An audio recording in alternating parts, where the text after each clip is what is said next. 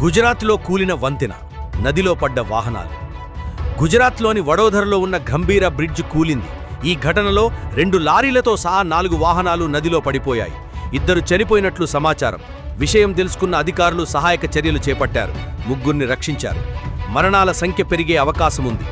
మరోవైపు వంతెనపై రాకపోకలు నిలిపివేసిన అధికారులు వాహనాలను ఇతర మార్గాల్లో మళ్లించారు.